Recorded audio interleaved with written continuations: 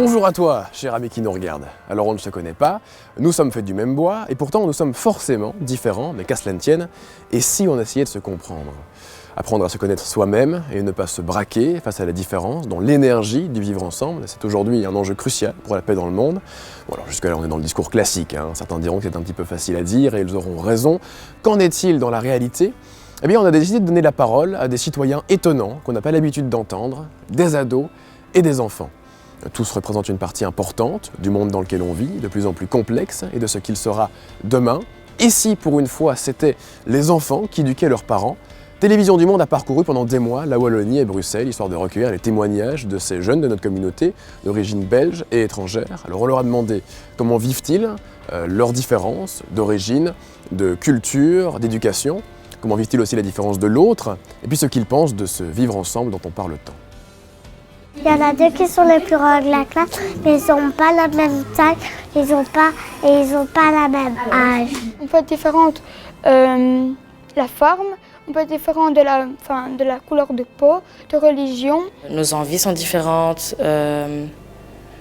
nos façons de parler sont différentes, plein de trucs sont différents. Si on fait tous pareil, ce sera ennuyeux. C'est mieux, chacun a ses petits défauts, ses qualités, et on peut se compléter, on peut apprendre de l'autre.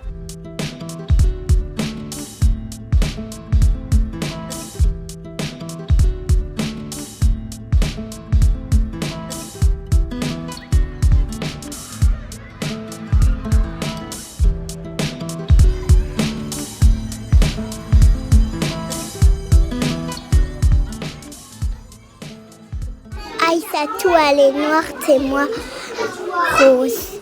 Parce que Aïssatou, sa maman, elle est noire et sa famille aussi. Et nous, on est rose comme presque tout le monde.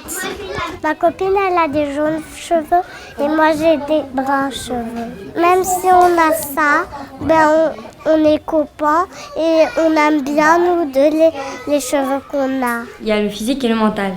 Par exemple, on n'a pas tous la même couleur de cheveux, pas tous la même couleur de peau, ni de yeux, ni la taille. Donc voilà, on est tous différents physiquement, mais c'est pas quelque chose qui m'importe énormément. J'ai pas les mêmes hobbies que tout le monde. J'aime bien la danse classique, mais j'aime aussi le foot. Les autres n'aiment pas tous la danse classique ou la musique classique, mais on est tous différents. La différence porte sur le caractère, la culture. Les milieux sociaux, l'argent et tout ça, où est-ce qu'on habite. Mentalement, il y a des gens qui ont des caractères différents. Il y en a des plus sensibles, d'autres qui ont des caractères plus forts ou d'autres qui sont un peu entre les deux. Le caractère peut être différent. Bien sûr, tout le monde dans le monde peut avoir des caractères différents. Mais il y a une seule chose qui nous réunit, c'est la solidarité.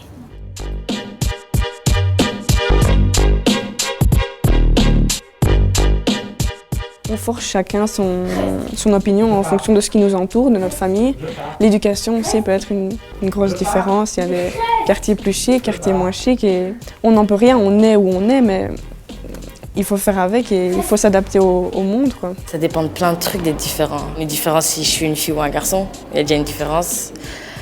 On est différent si j'aime pas le chocolat, que toi t'aimes le chocolat. On est différent si on va pas dans la même école. On a toujours un point opposé à quelqu'un. Dans les écoles, on peut voir des filles plutôt qui ont les moyens et qui le montrent, qui aiment bien le montrer avec des affaires de marque toujours. Oui, j'en passe parce que moi je suis pas très marque. Et à côté, on peut voir une personne qui a sa mentalité. Par exemple, si l'école l'accepte, qui porte un sarouel, qui est habillée très coloré ou très sombre. Et par rapport à ça, on voit les filles bien intégrées, bien friquées, qui les regardent et qui font... Celle-là, on l'aime pas parce qu'elle est différente.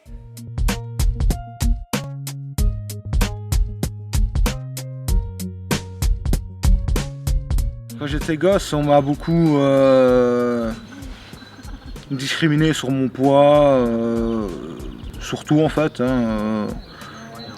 Surtout quand j'ai commencé à avoir mal au dos, parce que je boitais, alors on m'appelait des noms pas très sympas. Et moi ça ne me faisait rien, parce que j'ai ma qualité, j'ai une grosse qualité, c'est que je m'en fous, très clairement. Ça ne me fait rien, mais je sais qu'il y a des autres, genre un de mes amis, ça, c'est pas c'est pas la joie, quoi. On en a une amie, elle s'appelait Méline. Et en fait, ce qui s'était passé, c'est que moi, comme elle, on recevait les vêtements de notre frère et notre sœur. Et il y a les garçons, il y a des gens, ils étaient là, oh, mais tu t'habilles en garçon. Par exemple, il y a une fille qui vient, elle dit, oh, regardez mes nouvelles chaussures, alors que les tiennes, toi, tu les as achetées au marché, c'est de la cacaillerie. Et moi, je trouve que ça, c'est méchant parce qu'on a le droit d'avoir son propre style, comment on s'habille. J'ai eu beaucoup de critiques parce que je suis physiquement quelqu'un d'assez superficiel, dans le sens où je vais me maquiller par rapport aux autres, je prends du temps sur mes cheveux, je vais faire mes ongles, ce genre de choses-là. Et avec tout ce qui était les réalités, etc., c'est vrai que j'ai été critiquée dans le sens où on allait dire oui, elle se maquille, donc c'est qu'elle n'est pas très intelligente, donc c'est qu'elle ne vaut rien, nanana. J'ai su me démarquer par rapport à ça, j'ai pris sur moi et maintenant ça va.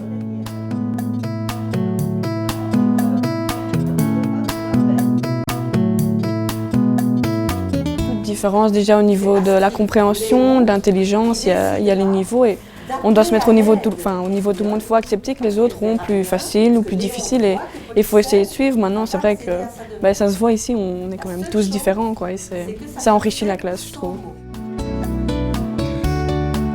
On n'a pas trop la ressemblance, mais il y a des trucs qu'on a en commun. On a la même bouche, on a tous une bouche, on a tous un cœur, mais on n'a pas le même visage. On est les mêmes, mais avec des trucs qui sont pas avec des changements, quoi. C'est difficile de définir ces deux termes parce que c'est vraiment les deux termes qu'on utilise souvent, les gens normaux, les gens différents, mais on ne sait pas dire les limites ou faire les limites des choses. On ne sait pas limiter. Et même si ça se trouve, on dit que des gens sont différents alors qu'ils sont tout à fait normaux. Parce que chacun a sa manière de le voir. Donc, par exemple, si je vois quelqu'un dans la rue que je trouve différent, que je vais par exemple critiquer ou dire des choses sur lui, une personne va peut-être le trouver tout à fait normal. La différence, elle est logique dans un monde parce que si on était tous les mêmes, on n'aurait aucune raison d'aller vers l'autre, de faire connaissance et d'en apprendre davantage. On est 25 en classe et on est 25 personnes complètement différentes l'une de l'autre. Des fois plus que d'autres, je vais être plus différente avec une personne qu'avec une autre. C'est d'ailleurs pour ça qu'on a plus d'affinité avec certaines personnes qu'avec d'autres, mais en soi on est tous différents.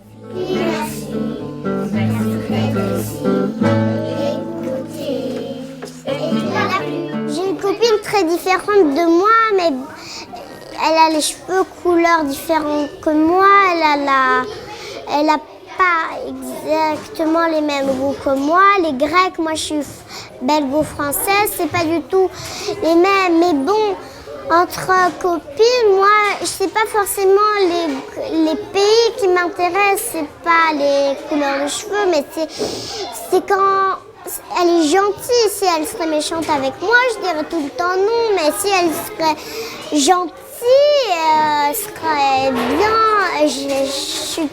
Et du coup, j'étais amie avec elle. On a toujours quelques points en commun avec les autres. Et je pense que quand on est différent, c'est quand on n'a vraiment aucun point en commun avec quelqu'un d'autre.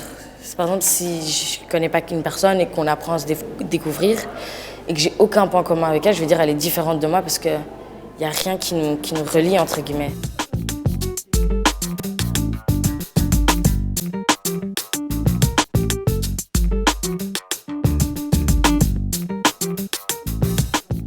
Mais je pense que ce qui fait peur aux gens, c'est la différence de culture, la différence par rapport à la façon de vivre, de s'habiller de temps en temps, pour certains signes religieux que certaines personnes vont mettre.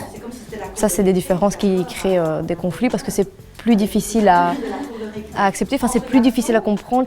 C'est des différences qui sont complètement différentes en fait. On ne va pas se disputer parce que quelqu'un n'aime pas le même genre de film que nous, alors que d'avoir des conflits par rapport au fait que oui, mais pourquoi est-ce qu'elle fait ça, pourquoi est-ce qu'elle vit comme ça, je comprends pas pourquoi est-ce qu'elle croit ça et pas ça, parce que moi on m'a appris ça. Je pense que la religion c'est vraiment quelque chose de beaucoup plus profond et ça a une place vraiment très importante dans la vie de certaines personnes et donc c'est beaucoup plus source de conflits parce que c'est plus fragile en fait. J'ai plus de difficultés avec le fait, avec les différences de religion, parce que ça ne me dérange absolument pas les gens qui ont des religions différentes, mais à partir du moment où il y a des débats, où on commence à parler je sais pas, du voile, de l'église, et qu'on commence à donner pas des jugements, mais on commence à aller vraiment dans le cœur du sujet. Je trouve ça compliqué comme sujet et débat, et c'est pas quelque chose que j'aime faire parce que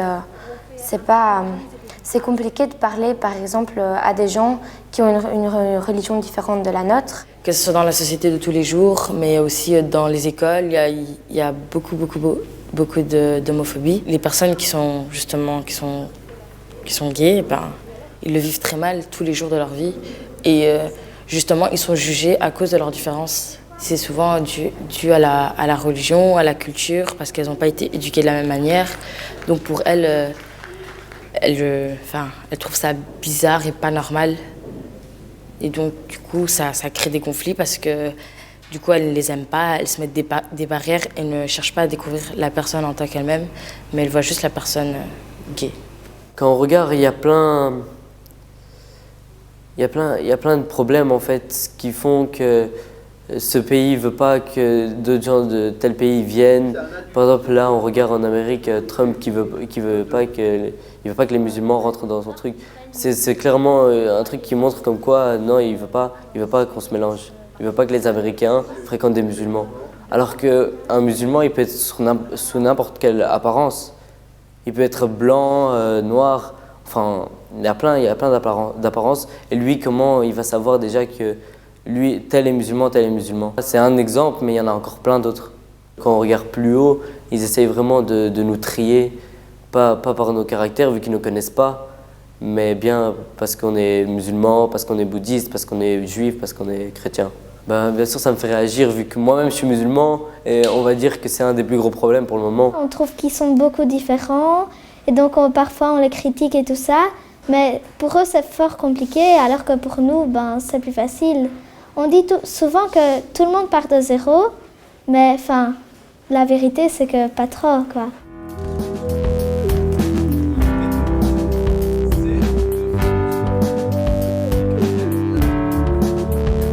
Soit la différence, donc elle est là, elle est parmi nous, et soit on l'accepte et on apprend à vivre avec, on apprend à vivre avec le fait de se dire que voilà, que personne ne nous ressemble, qu'il y a d'office des personnes avec qui on ne s'entendra pas, parce que c'est pas possible d'aimer tout le monde et de s'entendre avec tout le monde. Ou alors on se dit que voilà, qu'on a envie d'un idéal, que nous on se trouve parfait, donc que tout le monde doit nous ressembler. Et ça oui, c'est source de conflit. À partir du moment où on cherche à ne pas l'accepter, c'est d'office source de ce conflit. Les différences apportent quand même beaucoup de choses.